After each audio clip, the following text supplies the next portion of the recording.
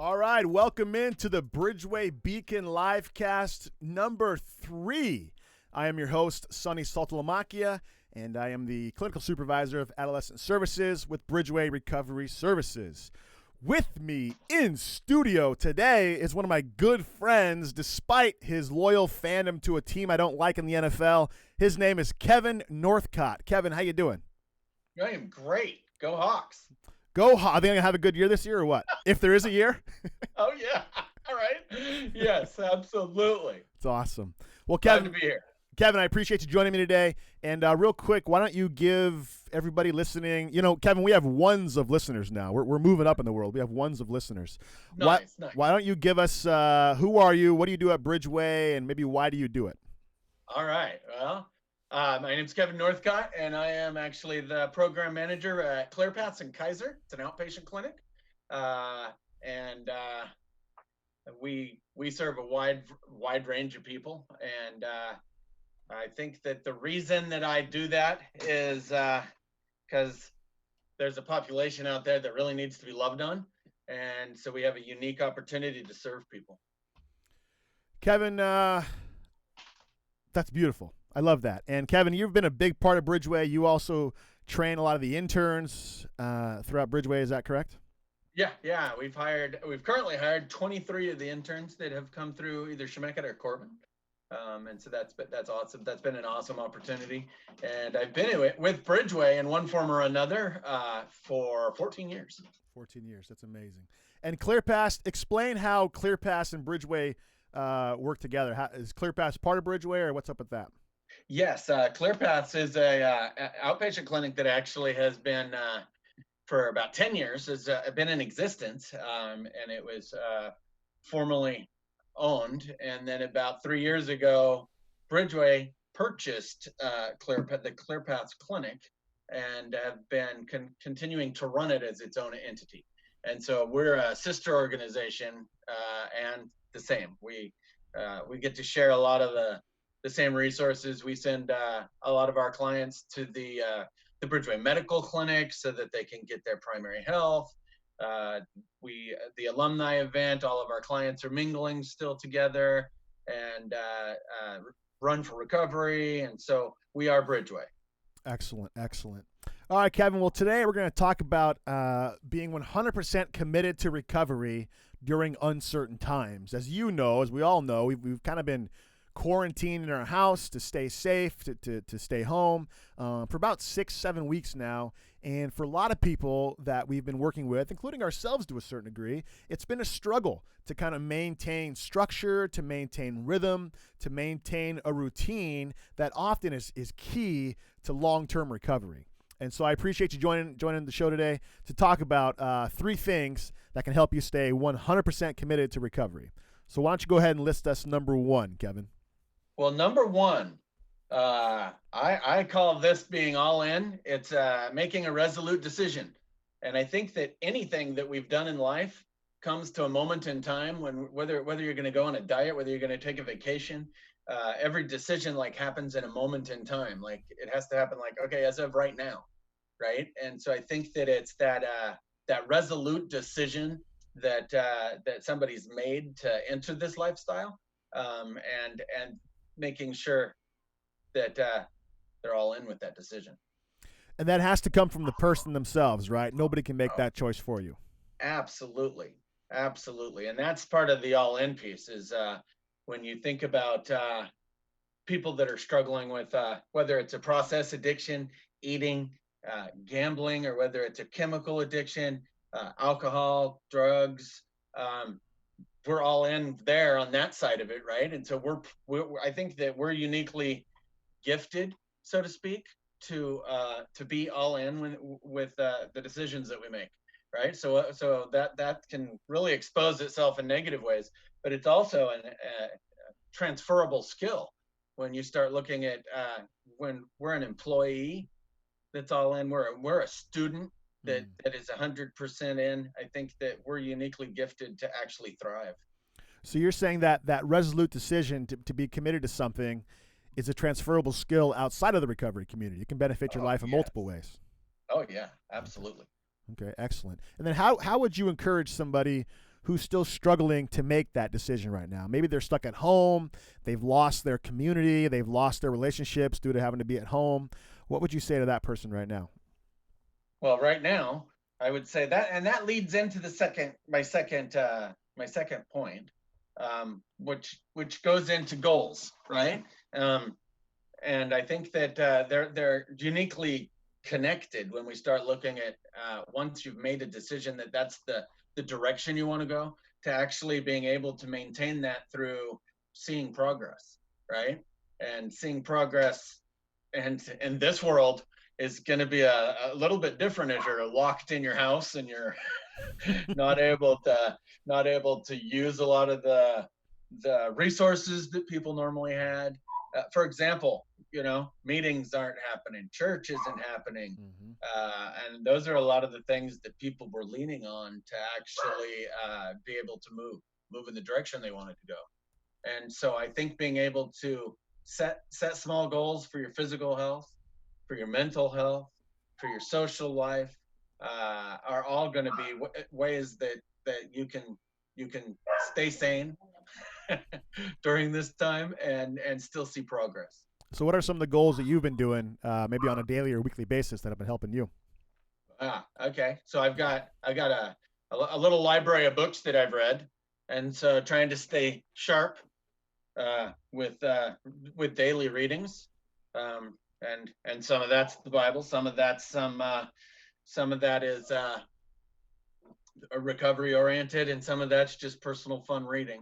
And then staying on a routine where I get up every day, same time, go have a workout period, and then fade back into my day. So trying to keep it as regular as it can, Mm-hmm. and then at making sure I look at a calendar so that I don't forget what day it is, because I felt a little bit like the movie The Groundhog Day, where Yes. Yes. every day's the same, and you get up and you do the same thing, and every day's the same. So the third thing, I've really been keeping track of a calendar just so that I know when the weekend starts. I think last week you called me and thought it was a Tuesday, but it was actually like a Wednesday or Thursday. So. Yep. Yeah. So it comes down to be committed, to be 100% all in, making that decision, and then having goals. And if I'm hearing you correctly, small goals are just as important as big goals, because you never get the big goal unless you hit all your small goals first, right? Yeah. If you can line up, I mean, in a perfect world, we line up our small goals to be in line with our big goals, to where we can celebrate all the time when we Mm-hmm. make these small achievements. Lost 5 pounds, great, Mm-hmm. that was a goal, right? Mm-hmm. Even though the ultimate goal might have been 45. Having Because it's kind of hard to stay motivated Yeah. if you're like 45, man, that's a lot of weight, I don't know if I can do that. But when you make it to 5, celebrate, have give yourself a present. Mm. And so I think those small goals actually build self-esteem, build motivation, build momentum Mm. towards actually reaching our long-term goals. That's excellent. Yeah, I wholeheartedly agree. All right, so the last one, Kevin. So the first one is resolute decision. Second one is goals. What's the third key to maintaining 100% recovery in these uncertain times? Well, this is really uniquely built for this time, and that is it's support. It's we're not no one's an island, right? And it might feel like that right now, but I think it's so important to involve people in your decisions, really to have the unbreakable chain, where you've got somebody that your work that's like mentoring you, right? Somebody that you're aspiring to kind of be like, and also having somebody on the other end that you're mentoring, right? I like to think of that as the unbreakable chain. But we're social beings, right? And so I think it's important to use your supports, right? Use your natural supports, your family, right? We're not having meetings, but you can still reach out to the people that you were doing that with, right? We're not having church, but you can still be in contact on a regular basis with people, whether that's through Zoom meetings, or whether you're texting or FaceTiming, or on the phone. But I think it's super important to use the supports we have. And right now, that can be super hard. because we're alone together. They're Mm. saying, we're doing this social distancing, but we're still needing to be there for each other. I think it's been interesting. I was talking with my friend TJ the other day. He's a youth pastor up in Seattle, and he talked about the building and how the building is cool because the building is where people come to, and they come to the building, and there's things to do inside the building, and there's games and activities and all that kind of stuff. But really, the building is an excuse for the relationship.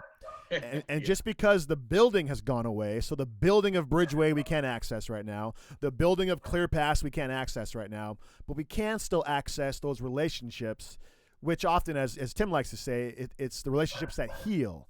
And so just because the buildings have gone away, the relationships haven't gone away. And so what have you been doing to maintain those key relationships in your life that help support you in your recovery? Okay. Well, a lot of different things. I have elderly parents that I don't really want to be going to the grocery store too much. So once a week, I've actually been going out there and making sure that I get whatever it is that they need to survive on a weekly basis. And about every third day we go and they're in their garage and we're in the front yard. So it's keeping our distance, but making sure that we're still connecting.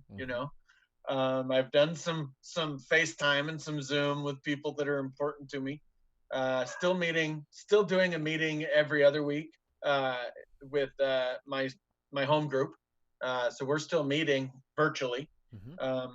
And we're also doing our virtual sermon. And I'm here with my daughter, my wife, and so we're driving, right? And so it's interesting when the where you leave from is also your destination because you never get out of the vehicle. Yes. But actually going out and just getting out of the house and spending some time together in ways that is new and interesting. Mm-hmm. But interestingly enough, for clients, we started doing groups about a week and a half ago, and we hadn't been able to do that for a period, and it was amazing how therapeutic it was for people to see each other's face. Yes. Yes. I mean, people were like wanting more of that, and they a lot of times they didn't even realize how much they missed that until they actually set in on a group, and they were like, "Oh, there's my people." Yeah, man. You feel home Right, again. there's my people. And so it was really fun to see those people reconnect from a distance. It's awesome. All right, Kevin, we're going to be wrapping up here in a second. The three things, again, that you alluded to help stay 100% committed during these uncertain times is a resolute decision, be all in, be 100% committed to your choices, set small goals as well as weekly goals and large long-term goals, daily goals, stuff like that. And then support. Just because the buildings are removed doesn't mean the support is removed. And so reach out to people via Zoom, phone call, other video platforms, play some games together online. There's lots of things to do. And Kevin, lastly, because you are such a centerpiece here at Bridgeway in the client community and stuff like that, what would you say to your clients right now that maybe are watching this video? Maybe a word of encouragement for them. All right. Yeah, really hard times right now for a lot of folks.